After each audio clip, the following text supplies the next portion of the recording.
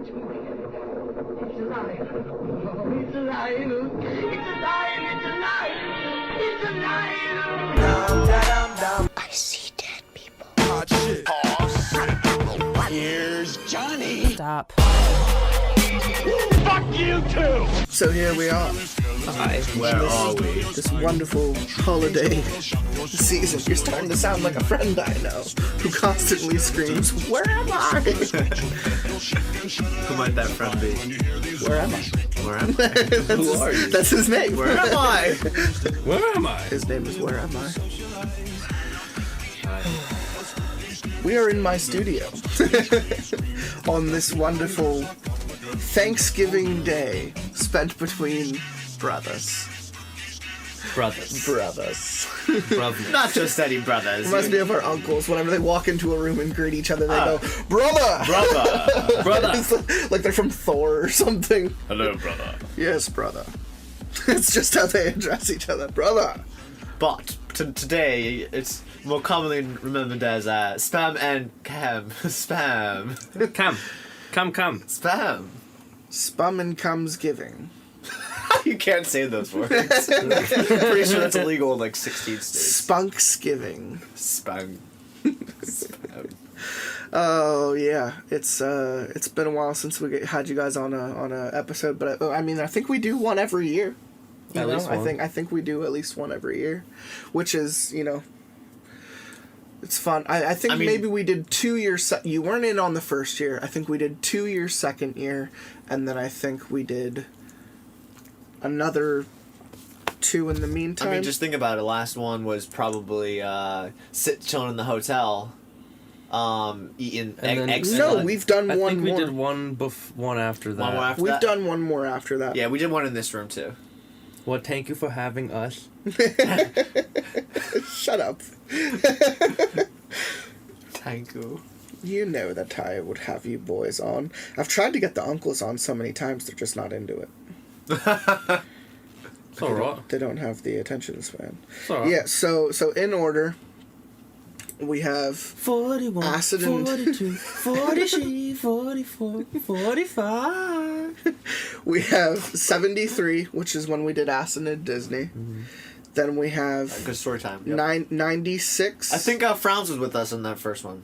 he was, Oh, but I he missed wasn't that. there for Acid and Disney. I missed that. We had a Correct. That He was was a great in- 4-person show. That was a good 4-person one. I missed that. And then we did one, I believe, in the same room upstairs. Yes. But we were reading short stories, and we were eating like edible, Yes, little I believe edible you're right. things. I believe it was Chex Mix, edible Chex Mix. I believe that was. Yes, And then from DC. 148, which is 2 episodes ago. That was when we were in California. That was when we did Horror Nights. Nice Halloween. So we this have is that's like a year this ago. This is our 5th one, and then we did one more since then, which was in this room. But I think hot but spicy. I think not the hot but spicy. which is that's what we're right. doing today. Oh, It's not hot. It's not hot, but it's spicy. It's a Okay, little spicy. So It's Indian spicy. So episode 4, which is 148, that's when I introduced you guys to Not Hot but Spicy, because the first 3 episodes we did something called Toast. Yeah, we love toast. Which is the other side, and that no longer exists. That's gone. Oh, toast. The internet has removed it completely. We It was burned toast. It was a Tumblr where people wrote spooky Tumblr short died. stories. And no, Tumblr's still alive. It's just no one uses it anymore. And then when you don't use your channel, it deletes itself. Yeah. So no one used that anymore, or they got copyrighted or something. And they shut their entire channel down, which is sad. I always wanted to do like 2-sentence horror stories. But when you Google 2-sentence horror stories, It's like haikus. you get that's your breadth of material, and then you do like 1 episode and you're done because you've just read a bunch of 2 sentences. And that's what I realized doing an episode with a bunch of baby ducks. Right. We read through a bunch in 1 episode, and we were like, I've retained no information. Right, because there's We just did all of that, and I dried out that material completely, and it no longer exists. That's fine. So I needed something a little bit cushier, something that We love Kush. almost yes we do, something that is reflective of almost a forum, like Tumblr, where people get to tell stories. And I stumbled upon a website called Not Hot But Spicy. I like it. I have no idea how long it's existed. Early 2000s, I think 2006 or something, 2004. And it's just been a forum that people just tell stories in, and some of them are fucking stupid, which is what we realized last episode. I remember the one story from an enormous boner. Oh, yes. That was the author of that story. Yes. We were doing a story about a guy who goes up to a haunted house, and he's like, and I walked into the house, and it was gay, and we were all gay. You know, like that was the end of the story, and we looked at each other, we were like, what the fuck? What? Like, who writes this shit? So that's actually, it's fun that you bring that up. The enormous boner? The enormous boner. Because no pun intended. Because we're literally going to read more Not Hot But Spicy today. Let's go. Come. Stop. Oh, jeez. Good times. Thanksgiving. Spunksgiving. But yes, this will be a fun one. No, spunksgiving. Spunk. It's a third word for jizz. It's spunk it's British. It's British. It's British. Spunk. That's how they handle it over there. Spunky. Spunk. Yes. Boy, this went downhill fast. Yeah. This is the 5th time I'm reading Not Hot But Spicy stories. Okay. And one thing I realized genuinely is that you can only expect the unexpected. Okay. Because you will read one story about a haunted telephone and then immediately turn around and read a story about how a kid was like murdered when he was a child. you never. That's not funny. I shouldn't be laughing at that. You never know what you're gonna run into with Not Hot But Spicy. And last episode, I think we got off very lucky because we did nothing but read what seemed to be stupid little "here's what runs in my family" type of stories. So I don't know. To mix up that concept, I instead went and picked stories for us. Cool. And I only mean, I'll get to what we're getting to, but I mean, when I picked stories, I literally looked at a list, grabbed 12 stories, which I think is 4 for each of us. Cool. And I just grabbed them. It has nothing to do, I have no idea what they're about. I might know their titles. I think I had to pick by title. Okay. But I have no idea what the fuck we're reading. Cool. And the way I judged it was I grabbed a story that was 4 pages long, then 3, then 2, then 1. Nice. For each of us. Awesome. So we are each reading, similar length, and then we cut down and get stupider, and then we cut down and get stupider. And then it's real. And then by the time we're reading the 1-page ones, we're going to be like, what the fuck? So that's the best part about... That's great. That's great. That's the best part. Nice prep. That's the best part about what we're doing. This is why he's the Captain. best in the business, folks. But promise me, please don't share this page. You will regret it. You definitely will. Well, I just tell people not to share it from their personal pages. If they know us, then they should just, share on a different platform. Kidding. Or if you know us and you don't care. Kill yourself. I wasn't gonna say that.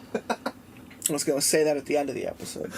Yeah, we did it too soon. We get subliminally say it the whole time. It's fine. It's implied. Yeah. It's implied. I hope everyone's doing good. I hope everyone had a nice Thanksgiving. Right. Let's start off with that because I was talking about it earlier. It's like, where else would I be right now? I'd be at my mom's in uncomfortable clothing, way too sober. But there'd be a lot of people. But there'd be more people there. There would be more people. There'd be more family, I'd be more getting friends. peppered with orders. Sure. And it's real busy. And I'd have to talk too much. I know that's ironic because I'm recording a podcast about myself talking. Right. It's funny. Isn't that ironic? But the type of talking I do here is not the type of talking I do in front of my mother, which I also feel like is implied right. I mean, that's obvious. When all 3 of us have this conversation. So when you look at it at that perspective, I am sitting at home. I am in sweatpants. I have not showered. This is a nice Thanksgiving. We have already smoked a blunt, buttered the turkeys, and threw them in the fucking oven. I hope everyone had a wonderful Thanksgiving, even though this is not our Thanksgiving episode. This is just when we're recording it. Gobble, gobble. Yeah, turkeys. Did you just gobble at me? Mm-hmm. That means he's excited, folks. I think so. So, And you know, the other place we'd be is at our rich aunt's great aunt, I missed the right, tongue. right. where the turkey would be cold, and I'd have to eat way too many Brussels sprouts.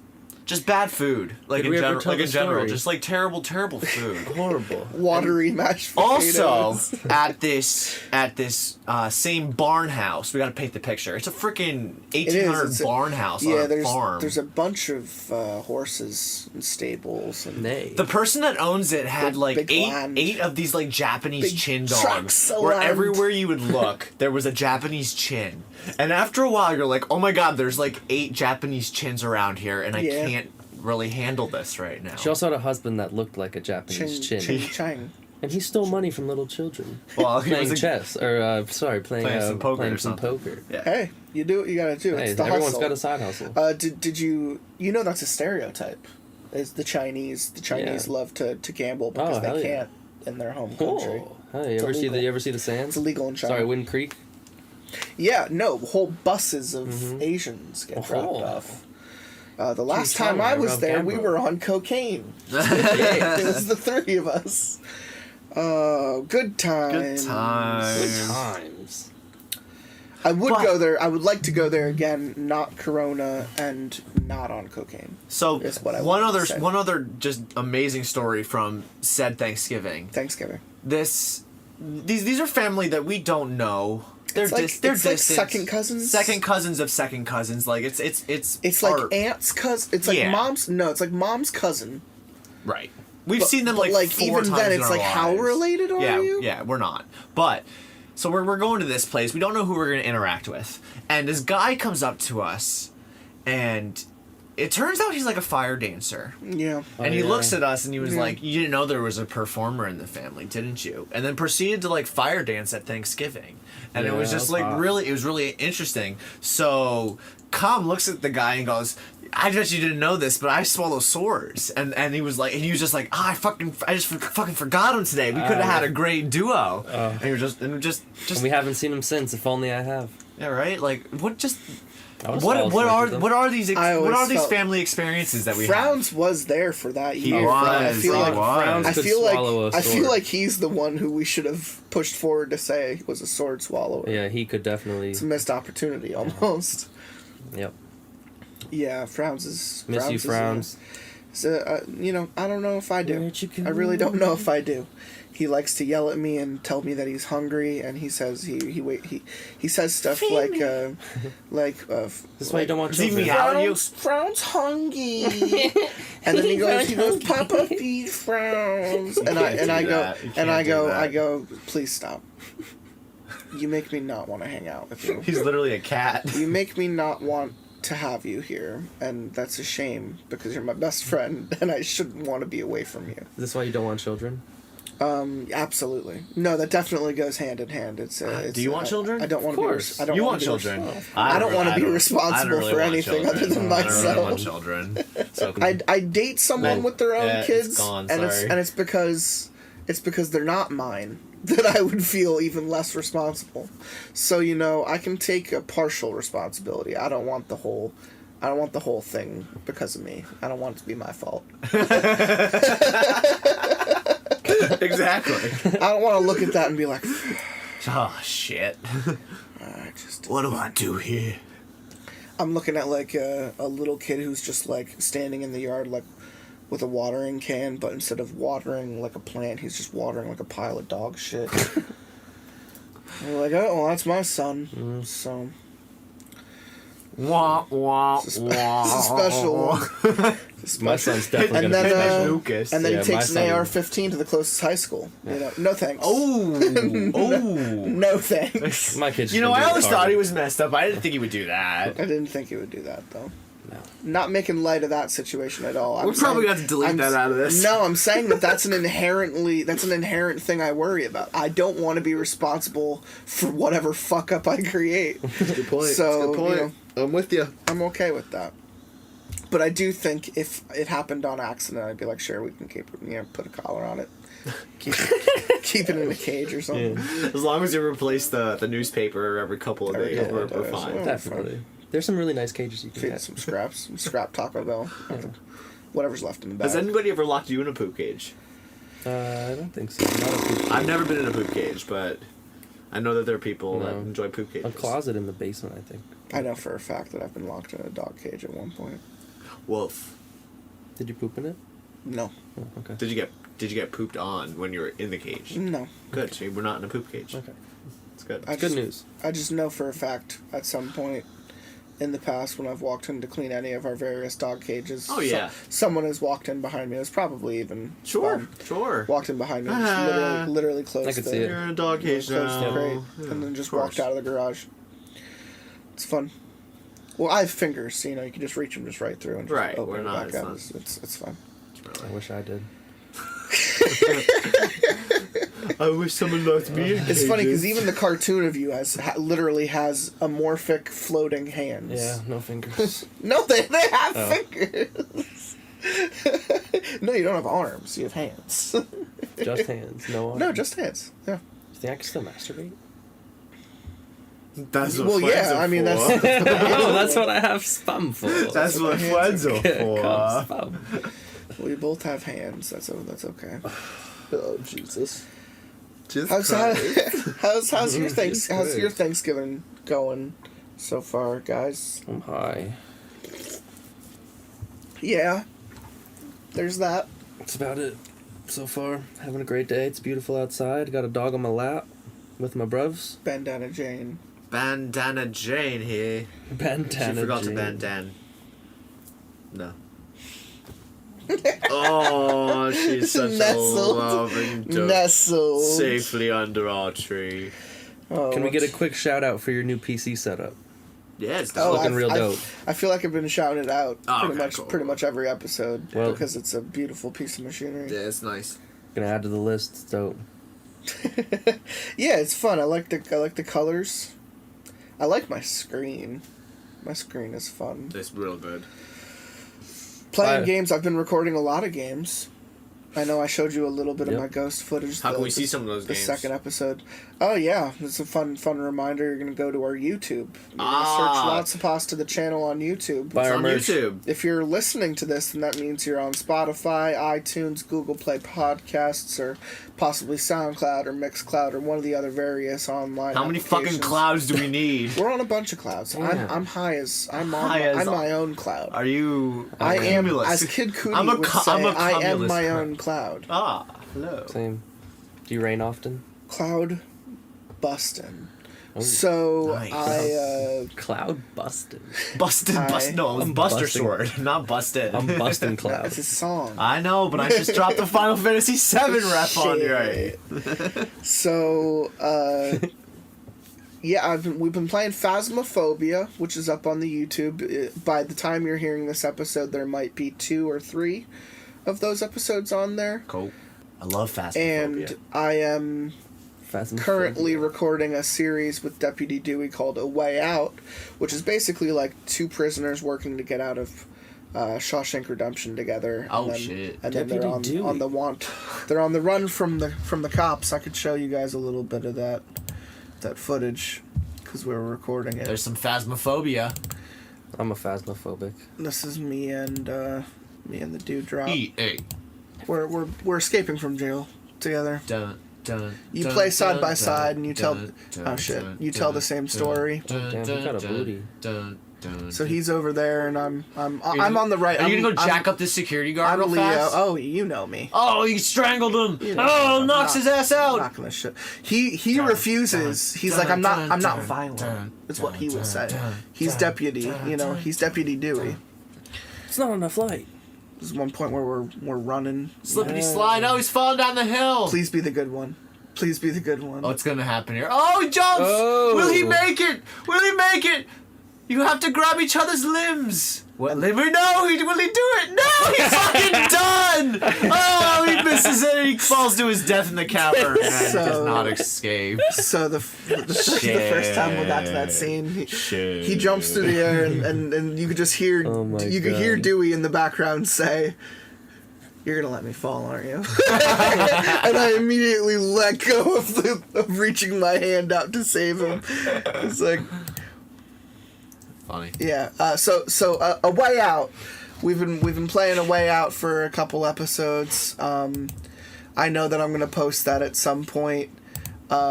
We've recorded a lot of Phasmophobia at this point. Phasmophobia. You're gonna see probably 3 or so episodes. I was trying to think of something for it. This is the ghost hunting game. Hunting ghosts in Phasmophobia. And it's with other people. Holding my flashlight gun, Phasmophobia. So you're. Sounds like it'd be on Nat Geo.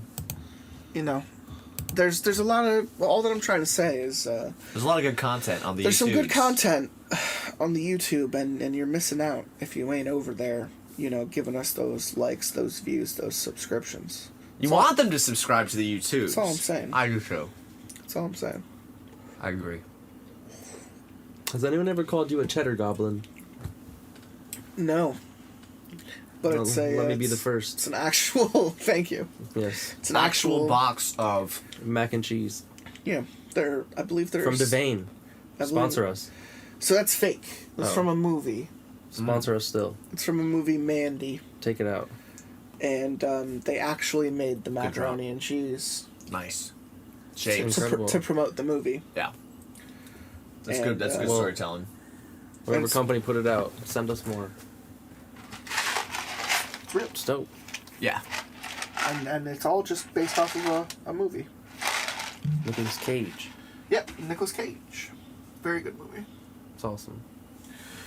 Lots of dope stuff. Well, we hope that anyone listening, that you had a great holiday, and whenever you're listening to this, I hope things are getting good in your lives. But what do you say we start reading some... Not hot, but spicy. Spicy. Can you bash me a piece of pepperoni?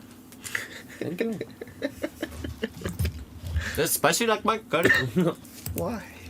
So I'll start off then. Yeah, And you're gonna we'll go in that order then. You are Jimmy Rollins. You're I'm dead the, cat. I'm the Big Lebowski. That's fine. You're the big Lebowski. A dead cat. The dude abides. I've been sucking down that codeine to try and help with this cough. Oh, really? No. No. So we're reading some not hot but spicy here. You know what we're doing. You saw the title of the episode. You saw that letter card. We are reading some peppery boys. While actually eating pepperoni. Yeah, well, you are. I'm going to read a story. Oh, all I'm going to be a responsible individual. We're doing the countdown. Debatable. We're doing the final countdown. We're each starting with a 4-page story, then a 3-page story, then a 2-page story, then a 1-page story, and we're going to devolve into madness. That's a buddy. So we are jumping into the author of this story is someone online called the Big Lebowski. Yeah, it's right. The dude. Yeah. It's not. And hot, he's but telling a spicy. story. He's telling a story. It's called Dead Cat, and it looks NHBS. like it's in response to another person. He's asking someone online for advice because he addresses them. Well, Incarna, which is probably a different person on the website. If you don't mind, I'd like your opinion on my house. I've lived in the same house since I was 5 years old. I'm now 25, and have purchased it from my father. The only places of interest are the front door, the smaller bedroom's closet, the upstairs hallway's closet, and the basement. The house itself is probably nearly 110 years old. That's old. That's old. The smaller bedroom's closet runs the length of the bedroom and has a very small door leading to the attic with 2 latches and 2 padlocks on it. That sounds like a disappointments room from back in the 1800s where they'd put the special children. And then The attack itself runs the length of the upstairs, smaller bedroom excluded, and has a secret passage. Secret passage in the attic. The passage contains a small room with a bench and a ladder. The ladder rungs were far too far apart for me to climb as a child, and the passage up top is too small for me to squeeze into now. Damn. I've used flashlights to see what I can up there, and it looks like an empty landing. There's also what I think to be another empty landing 5 feet further up and behind if you're climbing the ladder with no way to reach, unless you can jump 5 feet vertically and 7 feet across in such a tight space. I don't imagine that to be very possible. How can it be that big? Nope. Sounds spooky. The first odd thing my family, older and younger brother, and I noticed was the front door's lock. The door itself is probably as old as the house and extremely sturdy. The deadbolt is newer than the door, but at least 50 years old. Almost on a nightly basis, you could hear the door lock and unlock itself nonstop. The timing was erratic and never seemed to follow a pattern. I set up a tape recorder years ago and confirmed that it is definitely the lock making the noise and not some old pipe. The locking and unlocking always stops as soon as anyone comes downstairs, and I still try to catch it every now and then, but it never fails to cease if I come running or sneaking towards it. It also never starts if someone is downstairs throughout the night. The closest I've ever come to observing it was 5 years ago while I sat on my porch's swing. I heard it pop and click 3 times within 6 seconds.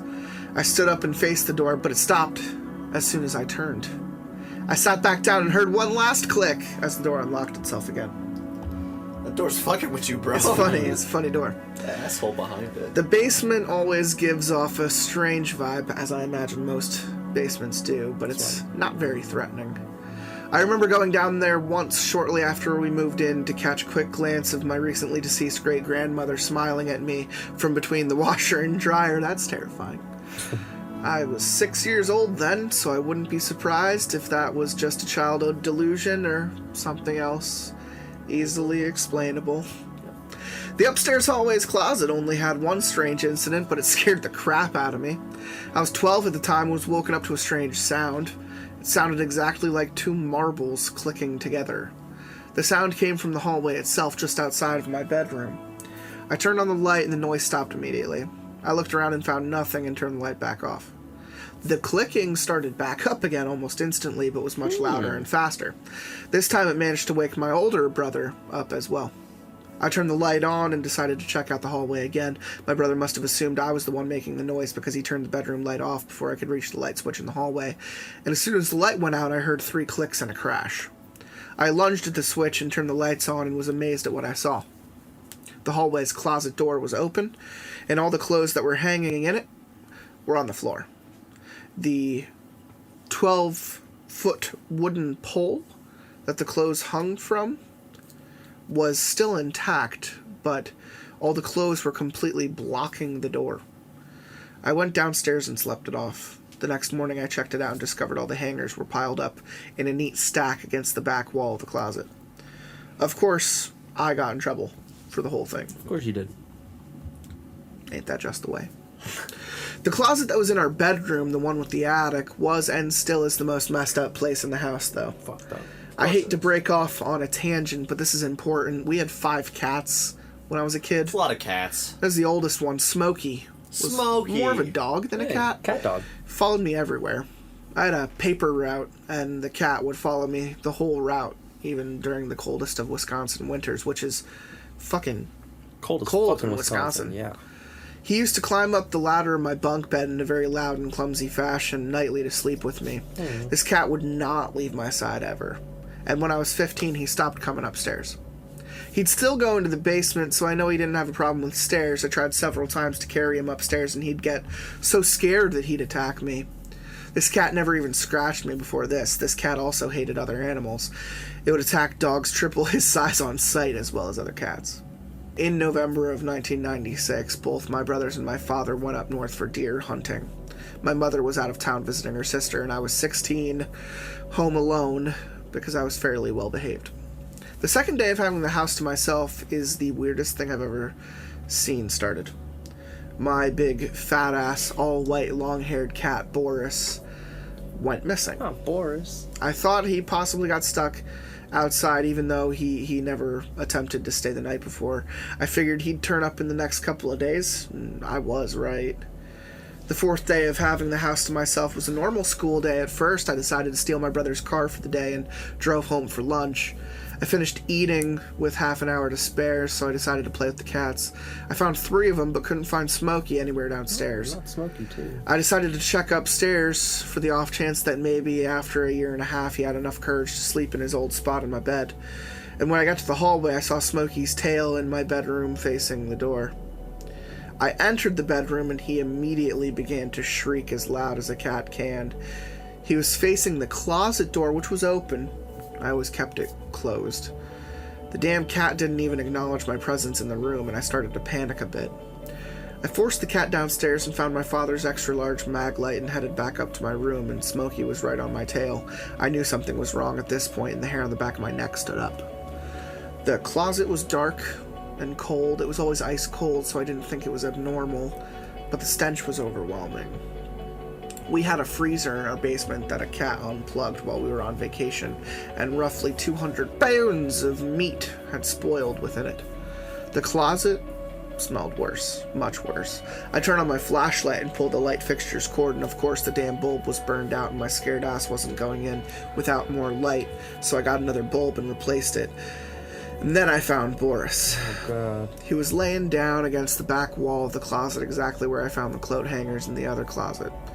He wasn't white anymore. Now I'm no expert, but I never would have guessed a cat's body had that much blood in it. And all of his fur, except a couple of patches on his head, was stained maroon. The blood wasn't even all the way dried, which still makes me wonder why I smelled it so rotten in there. His face was contorted in a very fucked up expression, a cross between panic and sleepy. Smokey started screeching from the bedroom again, which didn't help the atmosphere. And I grabbed a garbage bag and gloves from the kitchen and decided to take a closer look at Boris, and I'm sorry if any of you are squeamish, but this is how he felt. His back half was very rigid, but it looked like his back left paw was broken badly. His front half felt spongy and boneless. Both of his front paws were severely broken, and his neck was stretched at an extreme angle. I poked at his ribs a bit, and they felt shattered. I had trouble locating them at all on his left side, but the right side had a couple of intact ribs. His skull felt fine, though. I'm very curious. I'm a very curious person, and I didn't feel any panic for the first few minutes that I was looking him over. I felt extremely sad and wanted to see what caused his death. It's like the fear left me completely when I saw him and didn't return until I was almost done. But suddenly I felt a very urgent desire to get the fuck out of my house. I stuffed the cat into the garbage bag, surveyed the closet for something that may have fallen on him, and found something very interesting under the cat. A bloody playing card. Probably came out of the toy closet, or the toy box in the closet. And when I washed it off, I discovered it was a 7 of clubs. I doubt that's important, but it stuck with me. To be honest, the cat looked like it had been beaten to death by a psychopath. I don't even know how you could damage a cat that much. My family being out of town assured me that it wasn't one of them who did it, and I love cats, so I know I didn't do it. Nothing was stolen, and I doubt someone would break into my house with the sole purpose of beating one of my cats to death in a closet. What an intense starting point. Interesting. Yeah. Do you think it was a classic case of someone's living in your walls? Someone's living in the walls. Someone's living in your walls. Yeah. It's a classic case. Pretty much the bull. Classic case of someone living in your walls. Yeah. And fucking your cat. Well, maybe not that. So we're gonna get to the quiet hero, whose story that he's telling is the clown shoe. Yes. And NHBS. It's not the clown's shoe, it's clown shoe. It's clown shoe. Clown shoe. I will let Interesting. take this one. Here's a story I never promised I'd never tell anyone because it's pretty much the reason that I'm fucked up nowadays. Wonderful. About 3 years ago, my parents left me home for the weekend to take care of the house by myself. Similar circumstance, clown shoe. My grandparents checked during the day, but for some reason, my parents' logic conceived that a 14-year-old boy who grew up on video games, fantasy novels, and a way too wild imagination would be just fine and dandy when the night fell. Needless to say, they were very, very wrong. So here I was, 14, on the second night of the 3 by myself. This is 14. Can't remember exactly what I was up to, but it probably involved me being in the basement playing UO. You know, my UO nights usually turned out to be uneventful, and tonight was no exception. Wait, I feel dumb for not understanding I don't know what a UO stands night is. for. I'm going to have to Google it because I can't. What is UO? I'm going to guess it was... Yeah, let's say guesses before we find it. It is... Yeah, it's It's definitely a masturbation term. Like, it's his UO time. He Uranus says ostrich. playing UO. He's playing some online game. Ultimate Ostrich. Ostrich. I love playing Ultimate The Ostrich. Unicorn Observer. My Unicorn Observer nights usually turned out to be uneventful, and tonight was no exception. After... It's Ultima Online, Ultima. Oh, which is a sounds sexual. massive multiplayer role-playing game. It's, yeah. 1997. Warcraft. Okay, cool. Yeah, just I'm right up my- thinking right up my along alley. the lines of Warcraft. Yeah, If you guys know Come in real life, this is right up my alley. right. You're this type of person. Yeah. My You don't UO play nights basketball. usually turned out to be uneventful, and tonight was no exception. After growing sick of running from reds and getting my ass kicked, permanent UO noob status. Seriously, I noob. decided to go upstairs and make some food. Here's where things get weird. You don't even know UO, okay? Don't you be calling me a noob. You don't even know it. I don't. You're right. So listen, I go upstairs to make some ramen, and I'm hit Ramen. by this eerie silence that always seems to accompany the night spent in a house alone by a 14-year-old. About 3 minutes into boiling water on the stove, I hear this muffled laughing sound from outside.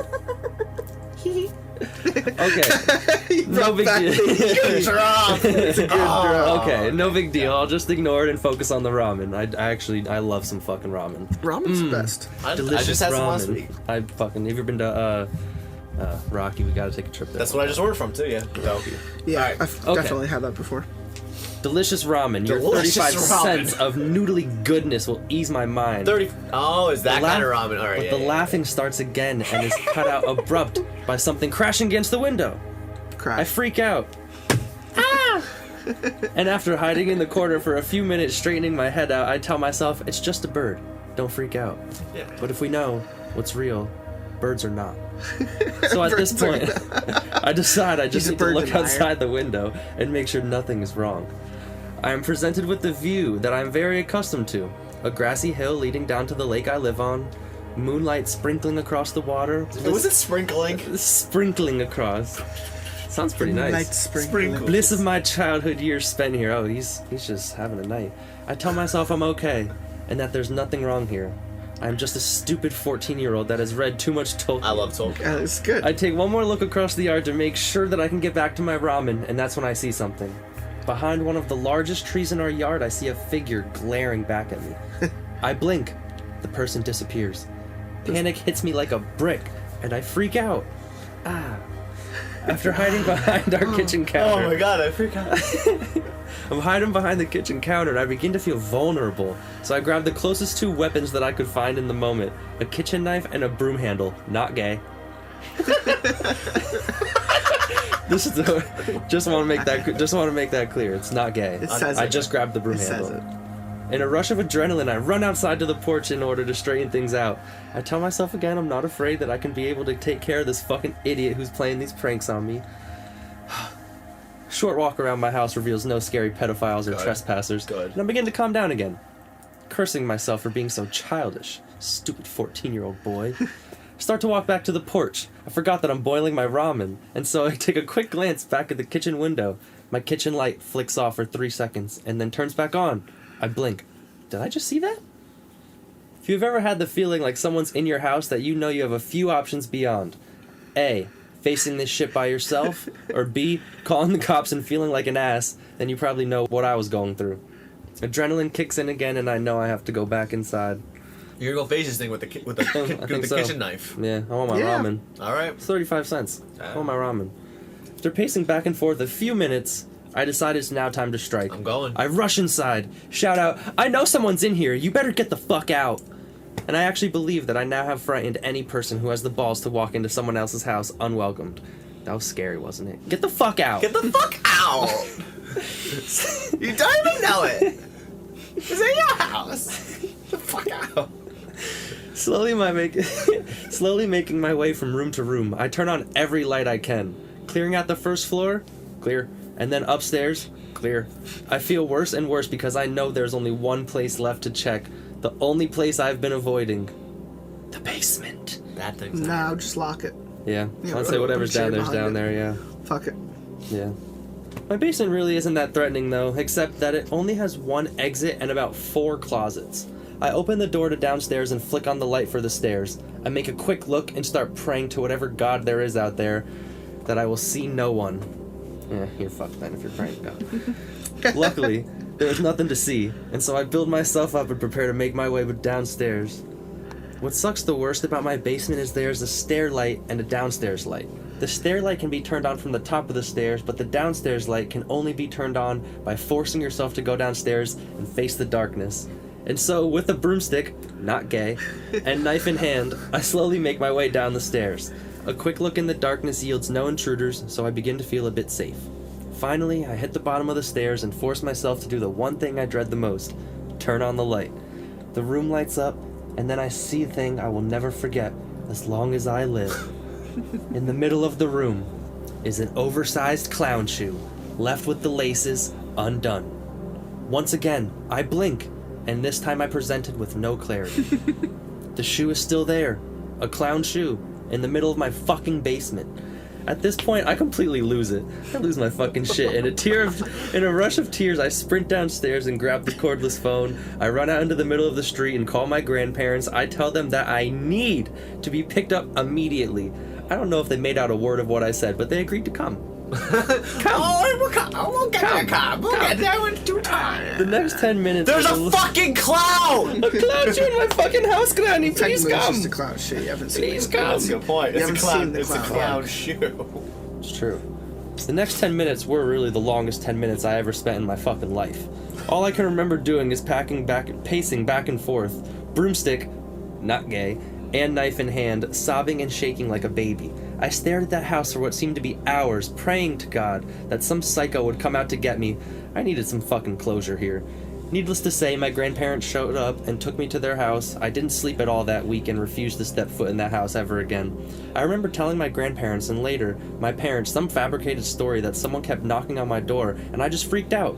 I don't know if they believed me, as seeing some kid armed to the brim housewife gear weeping uncontrollably deserves a better story than the one I gave them, but they never questioned me.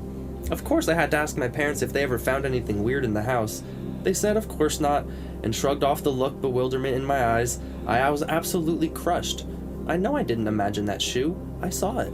My parents' divorce never meant more in my life, as I moved into my dad's house without so much as a word to the reason why. It's one thing to know that someone is fucking with you, but then when things are left unquestioned, your whole world just kind of collapses. I know I didn't imagine that shoe. The best part of the story is what it implies. And it implies that a clown is in your house and went, and slipped out of his shoe and hid somewhere in your house. Or just left. Or just left with the shoe being a calling card that he's watching you. Either way, I would feel threatened and I would never go in that fucking house ever again. I don't fuck with clowns, dude. He also was like questioning his folks and being like, why don't you care more about how fucked up I was right here? Well, which is an interesting... They never experienced the knocking that he described, and he's gonna need therapy. Maybe his dad's a closet clown. That's exactly it. Yeah, it's very interesting. Like, were they the one fucking with them? Maybe his mom's a closet clown. I know that the female clown is more rare than the male clown. Yeah. Than the male clown. Yeah. But, you know, that was a good one. I liked that one. It was fun. Had a little well done, Cam. Now this one has an unknown author, or the username is unknown author. True. But this guy's reading about Muppets. None other than the Muppets. I'm not sure what it could imply. I do love the Muppets. I do love the Muppets. You did want to read this one, cool. so he does like the Granny and Muppets. Granddad's. I see that, yes. So long ago, when I was about 4 or 5, young lad. I was a young little boy. Yes, I stayed over at my grandparents' house. My grandparents' house for the night. My mom stayed over with me because Dad was out of town on business. Dad's always out of town. Granny and Granddad quite enjoyed their television programs and had a set in each of the 2 bedrooms in the house. as well as in the living room. Alright, so they were a little ahead of their times. They had TV wherever they went. I love it. I was still stupid enough to believe TV's flickering, mind-sucking images were pretty neat, so I was in heaven. Oh, cool. I love TV. Night came on softly, as it only can when you feel safety and warmth around you. Calm. With one of Granny's home-cooked meals in my stomach, I had begun to feel the need for slumber. It's gonna be us soon. After I ate my food, I need a nap. Yeah. So we all piled in the monstrous king bed in Granny and Granny's master bedroom. Oh yes, I love And cuddling soon with my we whole were all family in one snoring bed. blissfully. You remember when you were 4 or 5 and you cuddled with my mum? That's true. And cuddled with grannies, you know? Granny, I woke up granddad, in the mom, night and I dad. sat upright looking around. Something had disturbed my slumber. I love that they keep using the word slumber too. It does imply what you do when you're a child. Granddad was still snoring rhythmically, and Granny looked like she hadn't budged an inch. So I sat back and prepared to visit the realm of dream once more. We must go to the realm of dream! Then the television turned itself on. Now, I'm only 22 years old, but this was in the days when remote controls were the providence of the wealthy and debased. Hell yeah. Granny and Granddad did not fit into either of those two categories. To see a television turn itself on was an interesting thing. Yeah. I sat up again to see what would come on. At that time, the TV in my grandparents' bedroom was a black and white. I watched the white dot that had formed in the middle expand to full screen, but only the static of a dead channel appeared. Then images began to appear. I couldn't really describe them. They were sort of shadowy things at first, but they seemed to be, for lack of a better term, scoping me out. Slowly, an actual image began to appear. Muppets! The Muppets were on! Not the Muppets! I was exalted, elated! I wanted to wake my grandparents up, but then I started to feel a bit uncomfortable what was happening on the television. Muppets did not usually have fangs, as I recall. At least not ones that looked so real and out of place in an otherwise standard Muppet-style mouth. I realize this is sounding goofy. You were warned. You were. Well, uncertain about what to do, I decided to keep a close watch on the television. The Muppets looked at me. It was common, of course, on Sesame Street and The Muppet Show for them to acknowledge the audience, so I wasn't alarmed so much by that. I describe these things as Muppets because they primarily what they looked like. Other than the rows and rows of unusual teeth, one looked vaguely Grover-esque, and the other sort of reminded me of Harry the Monster. I don't know if he's on Sesame Street anymore. I remember Harry. He was a little bigger. Yeah, the Grover-esque Muppet leaned over and pointed at me while whispering something to his companion. Grover was always my favorite. Grover was funny. Grover had fun books. Yeah, we had a good time with Like Grover. it's like Grover's book of Where's the Book? And you go through the entire book and he's like, I'm not in a book. Yeah. And like he's having like a fucking identity crisis. Like, It explains so much of my life. Oh, so good. So, the Grover-esque Muppet leaned over and pointed at me. We love Grover. While whispering something to his companion. They looked at me in unison, whispering all the while in a strange, unusually guttural tongue. It sounded completely random, although it did somehow seem to follow the meter and pattern of a language. They were, yeah, what were they doing? In lieu of Thanksgiving. Yeah. I noticed when the Grover-esque Muppet pointed, he had very long, distinct talons on his furry hands. That was quite disturbing. It was fucking weird. The Muppets began to dance and sing and cavort about in that strange language of theirs. It was sort of amusing, I recall. I began to feel a bit more at I'm the ease. female, you're the male version. The Muppets motioned for me to come forward. Come. I shook my head. No. Come. The Muppets tried again. Come. I shook my head. I was beginning to feel frightened. If there ever was a way Muppets could look pissed, these guys were doing it. With all these rows of fangs, it wasn't pretty. I should mention that all of this singing, dancing, cavorting horror that was going on seemed to in no way disturb my grandparents. This disturbed me as well, because these guys were loud. Come! I got out of bed and crept into the living room, being careful to avoid approaching the screen. The Muppet things wore visages of absolute anger, motioning violently for me to approach the screen. Come! My attempts roused my grandmother and grandfather were in vain. They would not stir. I ran into the living room crying. I collapsed in my granddad's chair, buried my face into the fabric, and began to weep. Certain doom had come for me. It was the fucking Muppets! Come!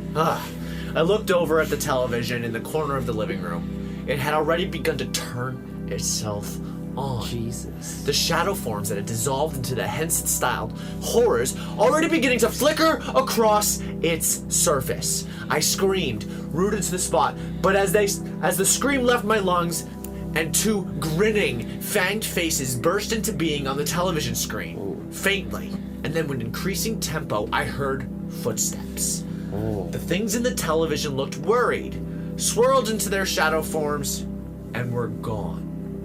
The television winked out just as my mother ran into the room. After consoling me, we went to check on Granny and Granddad. They were both awake because they had heard me scream. We all sat up for a while talking, and eventually the warmth and love returned to fill the chill in my soul. I went to bed and nothing more happened that night. Or any night I stayed with my grandparents. A waking dream? Probably so. But one that still fills me with terror. I was awake, of course, Mom will still assert, when I was in that chair, so I did move somehow from the bed to the chair. Still, it gives me pause. What better way to snare a young boy than to show him something he loves, then pull him in unawares? That's literally it. Come. Georgie! Yeah, come. Except he didn't say Georgie, he said, come. Whatever those two things were, I'm sure the Muppet forms were not their natural shape. I'm sure the fangs and talons were part of it, though. If they're still out there, I hope they haven't had much time to practice those forms, if they can get them just right. I still wonder what would have happened, dream or not, if I'd put them small hands up to the screen there in my grandparents' bedroom. Perhaps nothing. And then again, perhaps it's better not to know. Perhaps. I really liked that one. That was good. That was I feel fun. like That was really fun. I feel like that's one I'm gonna add to the campaign, to the game. I feel like if the TV turns on itself at night, you might see some Muppet demons, Some Muppet, some fangs, some Muppet sirens. Muppet hawks, some Muppet creatures. All right, so I'm reading another story from an unknown author. We're now down to the 3-pagers, so we're gonna get a little bit quicker now. Story is called Kiran. Kiran, yeah. Kiran. Yeah. It's not spelled With a Q. It's not spelled with a Q. Or Kiran, though. Kiran, maybe. I don't know. It's my friend. Let's call her Kiran. Well, Whatever you want to call her. I have one to share. And although it involves my friend more than me, I did get caught up in this whole affair pretty badly. Drama. My friend, let's call her Kiran, Kiran. belongs to a Kiran. pretty strict family, rife with rivalry with the relatives who live in India. It's Kiran. Definitely Kiran. Kiran, Kiran. Many years before Kiran's birthday, many years before. Many moons. Many years ago, before Kiran's birth, there was a huge argument between the family, which led to one of their relatives who believed to dabble in black magics, put a curse onto Kiran's immediate family. That's fucked up. Why you gotta do It's a that? bad cousin. The curse was that the whole family should be destroyed in some way or the other, which is a generalized destruction curse. From that day, a ghost of a young boy came to the family and actually tried to kill them all. Jesus. First, he attacked the mother and killed her first. Shit. Killed her first baby. Oh, And then he attempted to kill the father by causing a severe heart attack twice. And then during the birth of Kiran, he attempted to kill the mother and Kiran, but failed.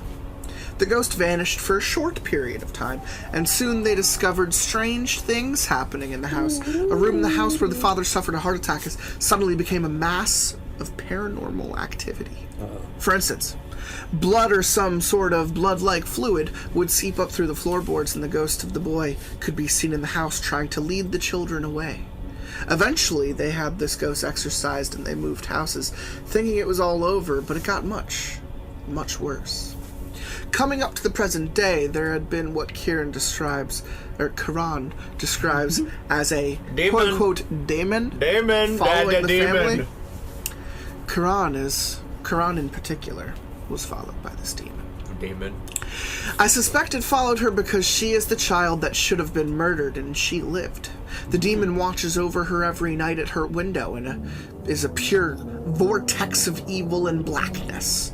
I didn't believe her at first when she told me, but then when I realized how pretty damn scared she was by this thing haunting her, I decided to try and help.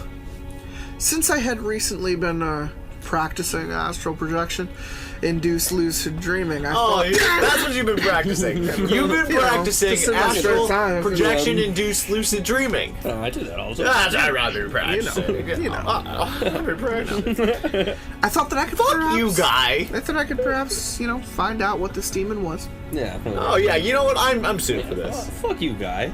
I was pretty ill Fuck you.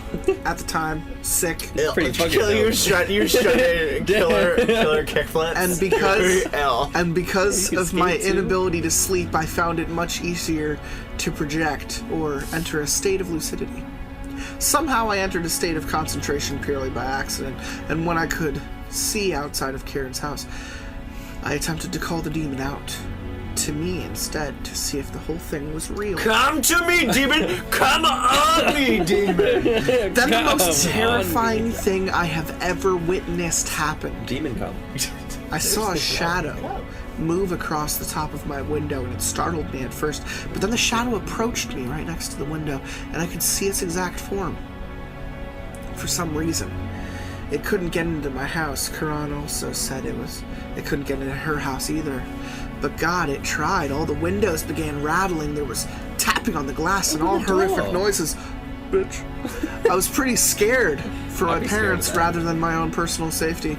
So taking advantage of the situation, I decided to see if I could contact this demon-type shadow. Bitch. I found out that it was a spirit of a teenage boy, perhaps 16 or so, utterly consumed in hate. He was looking for his mother. Or just a companion. Maybe he thought killing someone would give him companionship. Who knows? It's like that thing in Harry Potter that dude becomes like What? in Fantastic Beasts. Yes. The Obscurus. Obscurus. Or whatever the fuck it's called. Yeah, I think that's pretty close. Because I know that it's a good idea not to hold burdens against otherworldly creatures, I gave it a wish that I would find what it was looking for, and that it should be taken away so that he could not learn to hate. The scary thing is, the demon left Kiran for about a week, and the day before it returned, I had the worst dream I've probably ever had, and it went like this. I was in Kiran's house, and she was making me look at something out the window, and I looked and I saw a horrendous black shadow moving across the sky, and it's weird because I never feel emotions in dreams, but this time it felt real and I was very scared. It's hard to describe what the demon looked like, and if you imagine the blackest black and a silk-like substance with such graceful movement making it hard to believe it's made of pure hate, then you're close. Perhaps the closest thing I can think of is Madonna's dress in the Frozen video. You're so crappy comparison, but hey, it's the best I can do. When your heart's not open. I managed to see the demon close up, and it was pretty gruesome. A gray, mangled figure of a boy, black veins writhing over him and feeding on him, and he was reaching out for help, which was pretty sad. There was a message in the dream, which was the form the demon conveyed to me, and it was the form of the Grim Reaper. I woke up and phoned Kiran urgently, as I felt I had to tell her what the message in the dream was for her own safety, and she told me that she had a tarot reading the day before, and the Grim Reaper card kept coming up. Shit. So the demon came back on that night. It's practically been there ever since, and we just think it's going to remain there with her until she lives her life out. I mean, there's no escaping it, really. Jesus. But I admire her a lot for being able to cope with it. The only thing is that I'm really, really self-conscious about the damn thing following me about now, but I guess it was my own fault for trying to help. I would try to become friends with it at that point. I mean, if you're Yo, just never gonna live with you it. hanging out? Yeah. How you doing? You get too close to it, you're dead. Yeah. Yeah, The Grim Reaper, that man. story kind of can't fuck with the Grim sucked. Reaper. So we're gonna move on to the next one. We got Aqwerdsilence. Awkward. Awkward. Spelled Awkward. Aqwerd. Word. Aqwerdsilence. Awkward. So this is a Take it true away. story. Is it? It is. It happened. This is a true Bullshit. story. So it may be lame in comparison to some of the others, but, it's true. because it's true. But it's true. Yeah, it's only the truth that makes it lame. All right. Every summer over the 4th of July week, my entire extended family stays in this giant 14-bedroom mega house in the mountains of Asheville. Dope. Pretty beautiful place. It's a wonderful place. Picture the Biltmore. Right. This house is 106 years old and pretty much the epitome of a house you'd think to be haunted. Too bad, house. We had an earlier house say that was 110 years old. It's not that impressive Suck, when you're only loser. 106. Fucking loser. Sorry. Good try. Sit down. Anyways, my family is the last in our extended family to arrive this time down. Everyone else has their room chosen except for me. I end up in the attic, which they turned into a bedroom. At first, I thought it was the best deal ever. I had my own personal cave away from all my awkward relatives and loud little cousins. The room itself was actually pretty awesome. The ceiling was triangularly concave, and there were windows on both sides that gave awesome views of the mountain and whatnot. This is the closest representation I could find. Probably a picture I cut out. Fuck that pit. But picture a beautiful mountainous range looking out the attic window. Blue mountains are beautiful. Ooh, especially at night you get to see the stars. Hopefully. Beautiful. Get nice and high up there. Chillin'. I have. Smoke rises. Oh, I have. Yes. Needless to say, I was pleased with my sleeping quarters. Yeah, that's cool. Dope. Until night fell. What happened? Everything was going smoothly. Me wrapped up like a beefy 5 in a bed. I fell asleep in no time. Beefy. 5-layer I was a burrito. beefy 5 in bed. Let's talk about regular. I was Let's a talk high about piece regular. of shit. I like that. Beefy 5 Wrapped in up like bed. a beefy 5, stoned as shit, fell asleep in no time. At 3 a.m., things changed. I woke up to a banging sound coming from a small walkway just outside of my room. Bang. At first, I was pissed, thinking one of those little shit cousins of mine came up here to play around or something. But when I opened the door, no one was to be found. But I did find a source of the noise. In the walkway, there is a small stand with a lamp on it and 2 cabinet doors. The cabinets were opening and slamming on their own. I stand there, terrified, but with an amused smile on my face. I wasn't about to let this poltergeist think he got the best of me. No. After about 15 seconds or so, I slowly turn around, walk back into my room, and gently close the door. I turn every light on in that room and sit on my bed awake for the rest of the night, listening to the occasional banging noises. Bang, bang. The next day, determined to figure this mystery out, I questioned the shit out of my grandma, who purchased the house. I asked her everything I could think of about his previous owner's history, but she didn't really know much. Then I decided to check the guest book. The house is rented out to students that go to UNC Asheville during the fall, winter, and spring. There were 3 different accounts. Shut up, Wildcats. Yeah, shut up. It's actually a really beautiful campus. Their football stadium. It's pretty cool. Probably. You UNC spoke there, Asheville. didn't you? Yeah. Well, not UNC Asheville, but UNC Asheville. Cool place. There were 3 different accounts of a ghost being in the house, 2 of them referencing the attic. That was enough to convince me. However, it didn't bother me too much, and I toughed it out the rest of our stay in the attic. Ballsy man. Fast forward 3 years. The attic ghost is a well-known phenomenon among the house's renters as it fills the guest book, and my grandmother decides to close up and lock the attic to make renters more comfortable, even though she thinks it's a load of shit. When it comes to the 4th of July weekend, someone has to stay up there or else there's not enough room. A few of us walk up there with a key to the attic door. We open it and everything seems normal at first, until we walk into the bedroom. Scratched into the wall. I thought he was already in the bedroom. It's 3 years later. Oh, 3 years later, yes. Fast forward 3 years. Duh. Scratch that. Scratched into the wall. Scratch that. Scratched into the wall at a child's height. Also the height of the cabinet doors. In all caps reads the phrase, "Don't hurt me, Mommy." Thank you for reading it like that. You're welcome. Don't hurt me, Mommy. We came to the conclusion that this is the ghost of an abused child. Me and my uncle, there's always an uncle when there's an abused child. Me and my uncle decided to do some investigating. This is a good uncle, though. Oh, okay, He's nice. helping you out. Until the end, watch out. You might be right. Me and my uncle decided to do some investigating. Reach-around situation. Looking through every piece of furniture and items that came with the house when it was purchased. We stumbled upon some children's books, all of them titled Susan. Yes, in all caps, Susan. Susan. This has to sounds fake, but the creepiest and most conclusive piece of evidence was discovered was a page of a journal in a locked dresser drawer. It was so old, it wasn't hard to bust open. But why are you only looking at this now? Yeah. Like, Strange. really the first time you're gonna go discover it? Maybe? Okay. The journal was basically a note of pity from a brother to his sister Susan, apologizing that he did nothing to stop the things Mama did to her. Shit. So, It's pain. It's pain that resides in that house. awkward. Don't know why that was the name of the story, but... No, it wasn't the name of the story. It's the name of the author. Oh, author, It's okay. the name of the author. Okay.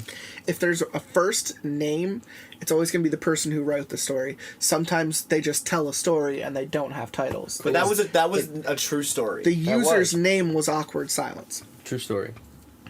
And he was just telling a story. All right, we got Spum. You're going to read Ceramic Pig's story. I thought that said creamy pig. You know what? I'm totally cool with Ceramic Pig. So I lived at my mom's house, which my gram first lived in, and then we got it after. I never really sensed anything off about the house, but apparently it's been going on in all the houses I've lived in, or even just visited. Like my mom's birthday is on Halloween, so she says that's the reason. That's why it's spooky, because Your mom's birthday is on Halloween. Because her mom's on Halloween. Yeah, okay. Lucky me, the ghosts have always been playful, so once I got used to them existing, I wasn't afraid at all. I was in my room at night, laying in bed, waiting for sleep to eventually come. I was...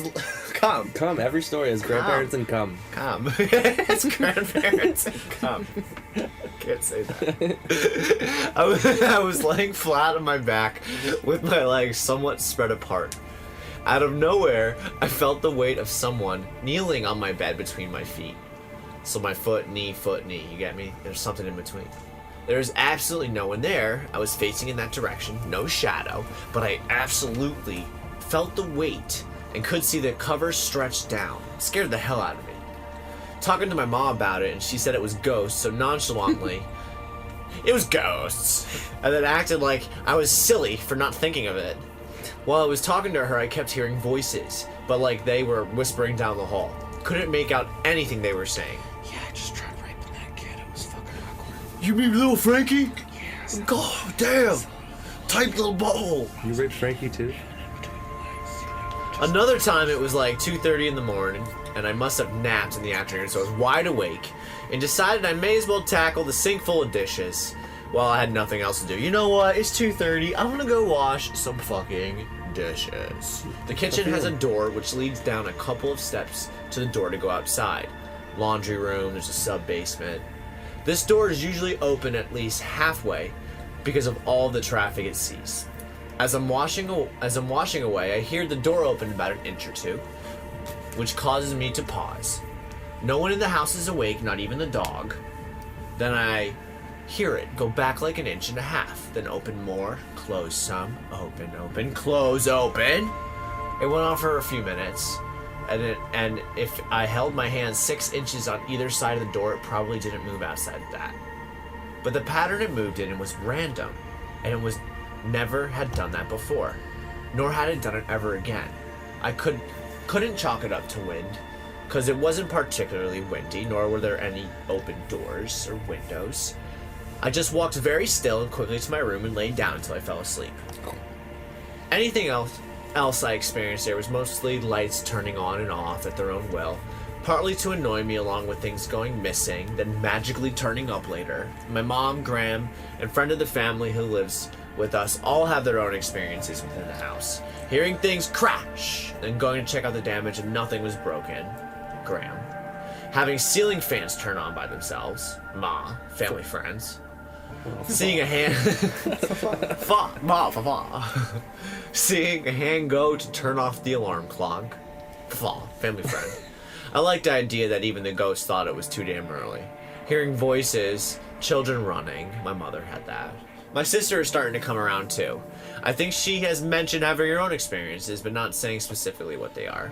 My dad's house, where I live now, is also haunted, but markedly less. I think he's the variable here. He's his dad. I think or the author. Yeah, the author. The author. The author's every place the he goes. variable. Yeah. I think the old woman who used to live here hasn't left, nor do I think she likes me very much. But that may be because I'm the only one perceptive to her. I've had hunks of wood thrown at me from clear across the room. Lights turn on in the middle of the night to wake me up. Things go missing to reappear in a weird spot weeks later. There's times where I can just feel a lot of anger being directed toward me. Sucks to try to ignore and sleep through. We have a tankless water healer, which is a blessing from the gods, and it allows you to select the temperature you'd like your water to stay at. I like mine to roughly 106 to 108, so I always set it there. I'll get in the tub, wait a minute or two for it to warm up.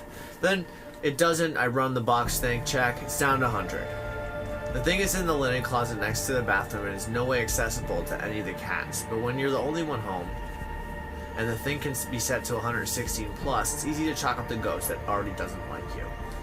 I had a friend come stay with us for a few days in the summer. We were sitting in the front room, talking with my stepmother, and she asked if we had curtains or anything against the wall by the front door, which is a flat wall. So the only thing we have on that is 2 pictures. She said she saw the bottom of a dress being kicked up, like when someone is walking, but against the wall. My guess is she caught the woman walking around. I also have heard voices while being there. That's really creepy. I've heard what sounded like my dad on the phone walking down the driveway, but in the middle of the day, when he was at work 45 minutes away. I've heard whistles from right outside the door when I was the only one in the house. In the middle of the night, Dad and stepmom were visiting her family in Boston. I know I've heard other voices, imitations, but I can't remember them off the top of my head. Sorry if I didn't go too many explanations or jammed a bunch of stuff together. I didn't want to make an overly massive post. Bitch of a ghost knocked my dog off of my bookcase. It's a dog I took as memorabilia from my great-grandma's house before she died. I thought it was a real dog. I was like, what the fuck are you talking about? You could have thrown that in the first sentence. Luckily, I can glue it back together, but this is bullshit. It's been sitting there for months just fine. I can put it purposely not too close to the edge, so should a cat bump into it, it won't get knocked off the edge, which has happened before. But all the cats were on the other side of the house trying to go outside. I didn't even hear it fall and break. Bitch of a ghost. Bitch of a fucking ghost. ghost. We got some ghost hauntings going around. Bitch of a ghost. Oh, great. Great. I get to read Peckerwood's story. Peckerwood. What up, Peckerwood? Which is the inexistent class trip, which I don't even know what that means. Peckerwood, though. Peckerwood's an existent class trip. Alright, let's dive right in. It's not hot, but it's I had spicy. something strange happen to me in college. Yep. It was a chilly, wet November afternoon, a Tuesday, and most of the leaves had already turned and fallen from the trees. I had no classes and decided to take a drive up to the mountains and go hiking. Now you guess what we all do. I was training to hike the Appalachian Trail, and at the time, and regularly hiked 10 and 20-mile sections of the trail with a 40-pound pack on my back. You were just a hiking machine. That weren't you? day, Peakerwood. that fucking day, I planned to climb a popular 2-mile trail which led to the overhanging rock with a gorgeous view of Shenandoah Valley. Shenandoah Of course, is beautiful. in the rain there was no view, but I needed to get accustomed to being wet and cold. I won't mention the name of the trail for now. Because fuck you. I drove past the old home site high on the ridge where colonial families lived and pulled into the parking area to begin my climb. I did not see a single other car, bike, hiker, or person the entire drive up, and the muddy parking lot showed only one set of tire tracks, mine. The climb up was tedious, and I slipped twice, getting completely covered in mud and banging up my knee. When I was about 3/4 of the way up the top of the mountain, I entered a cloud. My entire world was reduced to a foot of visibility in a milky white gray vapor. Standing atop the rocks at the top, I entered a meditative mindset and sat down on a rock to take in the experience. And it was cold, wet. I couldn't see a thing, but somehow it was very tranquil and beautiful, all alone on a rock in a cloud. And then I got the willies. A feeling of fear passed over me in a wave, and I stood up suddenly, tense and rigid. Silence. The most silent you'll ever be. Not a bird or a car, just an occasional puff of wind. And then I hear a cackling woman's laugh and a chorus of voices, children's voices, giggling in a sing-song, carefree way. The voices were coming from below, then from above. It's impossible. And suddenly all around me, as if I were in a circle. I was utterly terrified, because somehow the voices were coldly indifferent or malicious, like the predatory call of a wild animal, and they definitely should not have been happening there. I quickly shouldered my pack, nervously fingered my knife to make sure it was within reach, and hauled my ass down the mountain, certain that any moment a little kid would dart out of the mist and scare me! Or do something worse, I don't know. Finger 9. But it was finger me. But as I was scared, because I was scared as hell. You were scared a kid was gonna jump out and finger you. And then he jumped out. You hike 10 to 20 mile trails. My name's Peckerwood. But you were scared that this little kid was gonna jump out. I'm and used to being wet and cold, butthole. right? I'm used to being wet and cold, and I'm not used to being wet and cold in my butthole. And my butthole. I reached my car in record time after sliding on my ass. No on a one wants their slick, butthole steep tickled. slope, and hurried, stashed my gear, and started up the engine. And as I was pulling out, I noticed that there were no other wheel tracks in the mud of the lot, and I hadn't seen a single other person on the descent. The voices continued to giggle and laugh the whole way down the trail, all 45 minutes of it. There was no one else on the mountain that afternoon, and I can still think of no good reason why I would have heard those voices. I know they were there, and I know that I heard them, but it was impossible. Peckerwood, did you do shrooms before this trip? It's an inexistent class trip. Oh, Ben Macdui! Sarah Hurrah! Hurrah! Sarah Hurrah I'm Sarah! Hurrah! is reading the What up, story Sarah of the Hurrah? Gray Sarah? Man, the Gray Man of Ben Macdui. The great man of At Macdui! first I read Ben Macdui as a Japanese man, but it's Ben a Ben Macdui! Well, it could be Ben Macdui! Macdui! Ben Macdui! Nah, but it's Scottish. The great man of Ben Macdui! Alright, Kat, let me hear this your is Scottish Scottish. Ben Macdui. Ben Macdui. What's funny is I actually just read a story that takes place in Scotland, so the entire time we were doing dialogue, we were reading it in Scottish. me and Well, Dr. Ankenstein. So I when don't you're have the a good support, one. you're number 2, you gotta throw So in some we're- Scottish shit. Listen, I don't know what's down there in the know. sewers. In the But I'll sewers. go down there, the glad chest. I'll see what's down there. And I'll go on down. And I'll fuck it. Fuck! You'll fuck it! Fuck! The best You part little about shite. the best part about that fuck is the build up. It's like the strain on your face is the fuck. Well, can you be a nice Scottish background voice for me? He's got to. Disgusting! Disgusting! What are you Ben saying? Macdui! If there's any dialogue, I'd love to help. Thank you. Alright. Sarah Hurrah. I'm here mostly to beg for more out of you, Aunt. Ant is a guy who wrote a bunch of good stories on that website. Aunt. I want more of you, Aunt. However, I'll leave a story that my Scottish! stepfather told me regarding I'm fearless more. or the Grey Man of Ben Macdui. Ben Macdui. Good Ben work. Macdui being a peak in Scotland. Oh, the Scottish pig Ben Macdui. There are long-standing legends of something either akin to a yeti or some sort of spirit that ghosts the footsteps of climbers when the fairly common heavy fog and sleet sets in. So my stepfather John. and 3 of his friends decide on a day trip to the summit of Mr. Macdui. They set out relatively late in the day, having been inspired to undertake the climb more so by the pints consumed at lunch and the bravado of young men that by any story of spooks on the mountain. You are spooks on the mountain. I got the story. I went pirate there. The pirates of Pirate of Scotland. Scotland. That's alright. But as is the case with the British mountains, it wasn't a long trek to the peak. We like to just have pints and go for little walks. The most common route to the peak, and the one they chose that day, takes you on a gradual but long and desolate ascent across the moors of the Highlands. The first of John's friends excused himself from the expedition early on, I can't handle this shite. volunteering to hold their table at the pub. I'll sit down at the pub and have a I need a pint. few pints.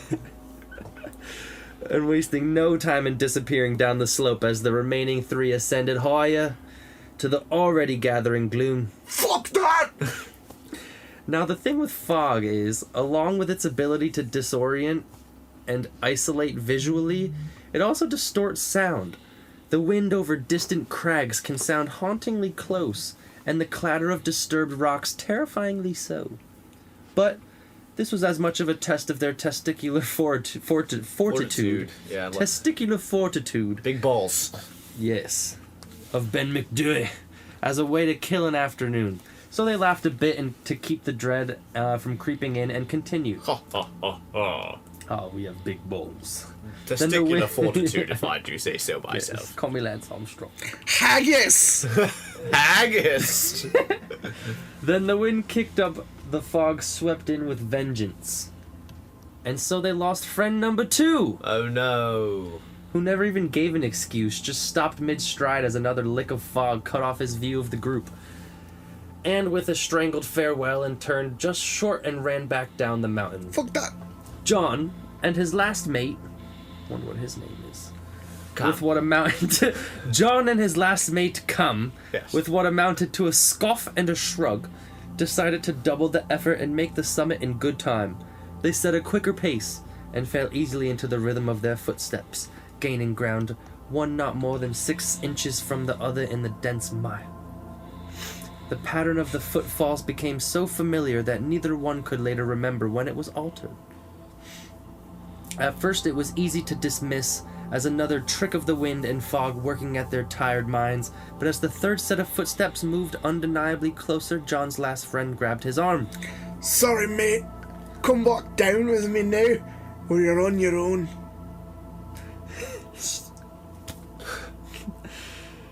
The strain in his voice through the thick accent. It doesn't want us here. It But- does now. It does It no. does now want us here. But despite the argument that followed, and his friend eventually abandoning him to storm back down the grade, John would not be deterred. Disgusting. Disgusting! My name's John! You quit! Quit is disgusting! By now the distance, lengthened artificially by weather and stress, could not be so great. He resolved to take the summit, huck a stone on the cairn, and have a laugh and a drink at his cowardly friend's expense. Good work. His reckoning proved correct, and it was not long before he felt ground level off. As he ventured forward, the sky cleared enough for him to catch a glimpse of the cairn. A pile of stones at the highest point, assembled one at a time by people climbing up the peak. A ways off along the ridge, and to his great relief, a man circling its base through, though looking for a good place for his stone. John watched as this man seemed to give up and simply set the stone he was carrying atop the others. Just as quickly as it has cleared, the fog choked away again, and he lost sight of the cairn, now a stone higher. But having confirmed his course, John called out in gloom so as not to sneak up on the other climber, reached down for a stone at his feet, and moved through the fog with his hand extended in front of him like a blind man. The fog broke again as he realized he had strayed slightly, and turned to face the cairn again. The stone in his hand never made it onto the pile, instead clattering to the ground at his feet. He never heard it though, as he was too busy sprinting away from the summit, praying that he kept his footing. The cairn onto which the man had placed the stone with ease had been well over 20 feet high, and the stone as big as my stepfather's head. Damn. Floating over a chasm. Setting up those stones. The cairn! He almost fell in there. Ben Macdui! Or is it implying giants? Jack and the Beanstalk, it doesn't want you here. No, he saw a man put a stone at the top of this pile, but when he looked down, the pile went for 20 feet. He said, what the fuck? And he said, how did this person do this? I thought he was here. And he'd have to... Climb. There's no way. Where'd he go? Where'd he go? Elasta woman. How you do that? I know one of yous took a shite without flushing the toilet. Yeah. Disgusting! Disgusting! Alright, we're gonna let unknown author bring in the second floor of Doom. The second floor of spam. Spam. Second floor of spam. Since I was in 3rd grade, I was best friends with a guy named Chris. Chris and more grandparents. It's not just Chris, it's Chris with a K. That's important, okay? Just like Yeah, it's cum. Chris with a K. Chris with a K, just like cum with a K. He lived with his mother and his grandparents in the old family home, his 3-story farmhouse. This house had a strange rule. No one was allowed on the second story. Ever. Ever. The reason for this? It was haunted. Oh. We're just gonna tell you right about it. It was haunted. Alright. The bedrooms were on the 3rd floor, so every time we would go up there to play, we would stop on the landing for the 2nd floor and see who could hang there the longest without being freaked out. Hang out on the 2nd floor landing long enough, and the doors began to rattle on their frames. Oh, jeez. What you could see from the landing was a long hallway, 3 doors on the right, and a bank of windows with the blinds drawn. This was a source of entertainment for years, and he would always tell us ghost stories about living on the 3rd floor and hearing noises from those locked rooms on the 2nd floor below us. Scratching on the ceiling, banging, voices. One summer, we repeatedly ran down the 2nd floor hall to see who could get to the end, turn the last doorknob, and get back without being grabbed by ghosts. The doors were all locked, and none of them were supposed to open. We stopped doing this the one night I slept over, yanked open one of the doors to find a dark, empty room, and heard this cacophony of horrible sounds. Scratching, and babbling, and whatnot. I also swear that I saw something moving in the shadows. We both freaked out, ran downstairs. His grandfather was extremely pissed that he had to go up and close that door. He came down from the 2nd floor, pale as the dying man, and wound up walking slowly outside and tossing the room key, this gnarly old skeleton key, into the woods. However, the 2nd floor lost its allure in 6th grade when his grandfather was found dead on the 2nd floor, half in and half out of one of the rooms that was supposed to be locked forever. From that day on, we stopped fucking around there, and his mother and grandmother nailed the door shut. After that, things got weirder. He would tell us that one of the voices he heard from the rooms below was his grandfather asking him to open the door and let him out. By the time we got into high school, he started to unravel and we didn't hang much. He was extremely depressed, and so was his mother and grandmother. His grandmother's health was failing too. They all looked horrible, like they weren't taking very good care of themselves anymore. When I did see them, he would tell me harrowing stories about being kept all night by voices in the rooms below, and that they banged on the floor all night and wouldn't let him sleep. His grandfather was angry, he always told me. In the spring of our sophomore year, he stopped coming to school. I was trying to check up on him, but his mother wouldn't let me talk to him. I went by the house one day and she told me through a crack in the door that he couldn't be my best friend anymore, that I should stay away. It's fucked up. I went by a couple days later, knocked again, no one answered. I saw the curtains above move a little, like someone was looking at me through the window, but that was it. A few days later, I went again and found that no one lived there anymore. The blinds and curtains were pulled and the place was empty. I never found out what happened to him and his family. It's kind of sad. Yeah. Happy Thanksgiving. Hope they got out. So we're on to the last round where we're doing the Sleepy one-pagers, Budgie. and I am reading what is username a Sleepy Budgie. I think that's like British too, or Scottish. A budgie. I've no A wee idea. lassie. A wee lassie. The only creepy thing that's happened to me was at an old apartment of mine while trying to sleep at night. Something would play with or put pressure on my feet. Ooh. It was a fairly old house, about 100 years old.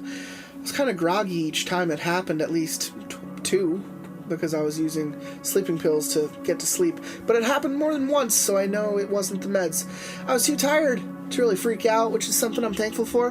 What made it weird was that it was almost felt like it was meant to be comforting. I have another story, but I really don't know if what I thought happened did happen.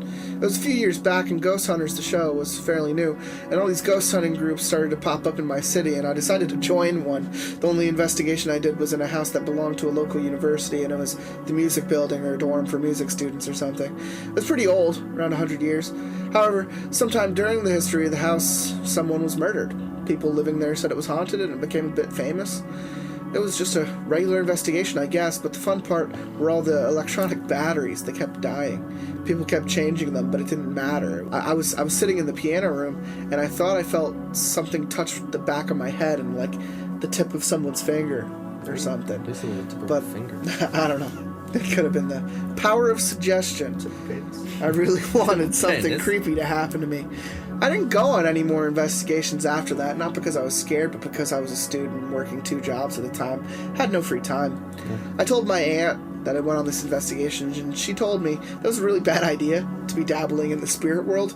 And she's a very spiritual and new age type of person, so I trust what she says. I guess that's a reason I haven't gotten back into it. Seems just like he's a real puss. Yeah, seems like a real vagina of a person. So, let's, this is your last story. It's, Cats for Missiles. Cats for missiles. Cats for Cats missiles. for Missiles. That's how you can get missiles from Russia. Cats.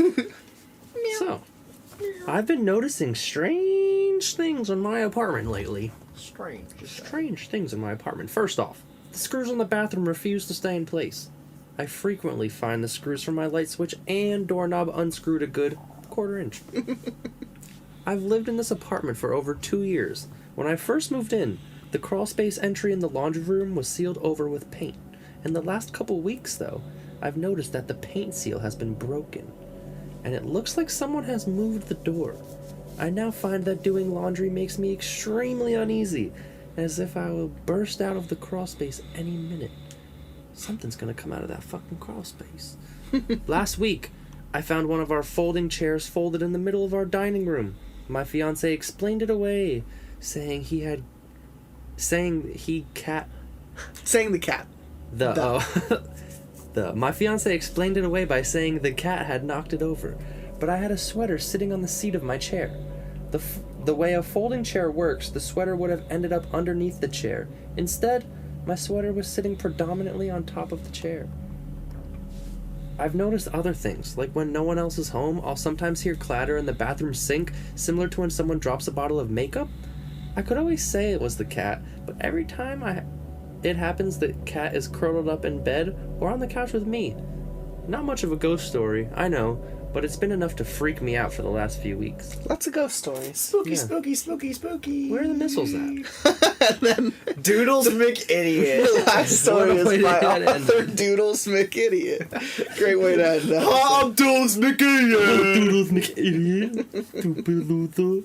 Stupid. Don't be a Doodles McIdiot. Stupid. Tell me. Nathan. Nate is a Doodles McIdiot. My name is Tato. I'll get you one day. I swear. I'll fucking get you. My own story is not really a ghost story per se, but it might be appropriate. It comes from a time of family tragedy and takes place over a decade ago. In 2001, my uncle was dying of cancer. He married into the family when he was already sick, and things looked bleak from the get-go. My aunt married him knowing it would be a short ride. My uncle were crafty people and made tea light holders out of clay to give them out to family members. One night, the one in my family home was lit when it suddenly burst into a huge flame, way bigger than a simple tea light would burn. I'm talking hot enough to burn scorch marks into the clay. They're still visible today. Several hours later, we got the phone call. Of course, the time of the death matched the sudden burst of flame.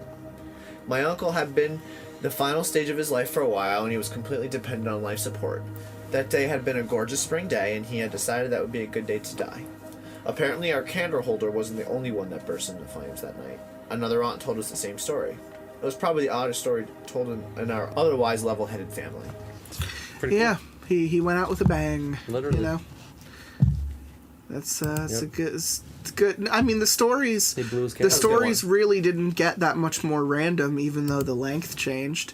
It's just really the only noticeable thing is that the length changed. Like we went from people telling ghost stories about their houses to people telling ghost stories about their houses. But you know, some of them were quick little. The bathroom made a noise once versus like a long story about a kid finding a fucking shoe. Yeah. So you never know what you're gonna get with Not Hot But Spicy. Good. That's what I like That's what I like about reading Not Hot But Spicy. Muppets was fun. Never know what you're gonna get. It was probably Muppets was definitely the best one in the episode. Clown Shoe was really Gobble good. gobble come. There's a lot of good pieces in that. So I'm happy with those. Yeah, there were some fun ones there. Some iconic thank you, ones. Spicy. Oh yeah, it's not hot, That's spicy, but it's though. spicy.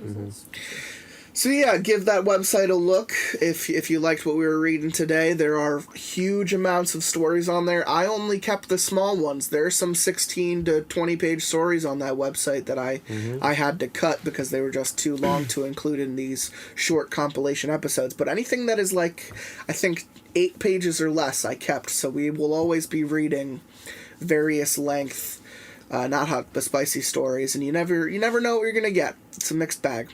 So give that website a look. I know that there's a really great story on there that I might read one day, but I swear it's 1,000 fucking pages long. It's Ant's story, the guy who owns the website. He tells a story about working for the military in a base that was owned predominantly in history by the Nazis. So he feels like almost Nazi ghosts are haunting the base, and he just tells stories about it. Doesn't get much scarier than Nazi ghosts. Nazi ghosts, absolutely not. So yep, give that website a look. Not hot but spicy, good stuff. Gonna give them a shout out. Gonna give us a shout out again. Unsubscribe. Don't like. Nope. That's not what I was gonna say. He's about to plug. He's about to plug. I was gonna something. plug us. I was gonna say. Don't click here. Subscribe to subscribe. our YouTube and watch our videos, which are brand new. And if you are following us on Spotify or something, I don't know. Can you rate on Spotify? I don't think so. It doesn't matter. Give us a thumbs up on whatever platform. Share us with your friends if you like listening to us. Give a comment. It's nothing serious. It's nothing too real. You do you. So There's stories to listen to on a nice drive, on a nice dark night with no lights. Stoned out of your mind. Yes. That's when I use touch my Spum. Any final comments? You know what? This was a lot of fun. It's been a great day. We're about to go feast. Thanks for having us on again. Feast. How about you? Come. Well, first I would just like to thank God. Without him, I don't know where I'd be. Possible. Yeah. Hey, you. Hey, Big old God. fuck you. Hey, fuck you. So I thought you said big old Geodude. So I was picturing God as Geodude. Geodude. It's a vengeful. That is my new God. It's a vengeful God. It's Geodude. I wait till the day's end when the moon is high, a little rise at the tide with the lust for life out. A massive army, and we'll run as a horde, and then we'll look across the land until we stand at the shore. I'll wait till day's end when the moon is high, and then I'll rise at the tide with the lust for life out. A massive army, and we'll run as a horde, and then we'll look across the land until we stand at the shore.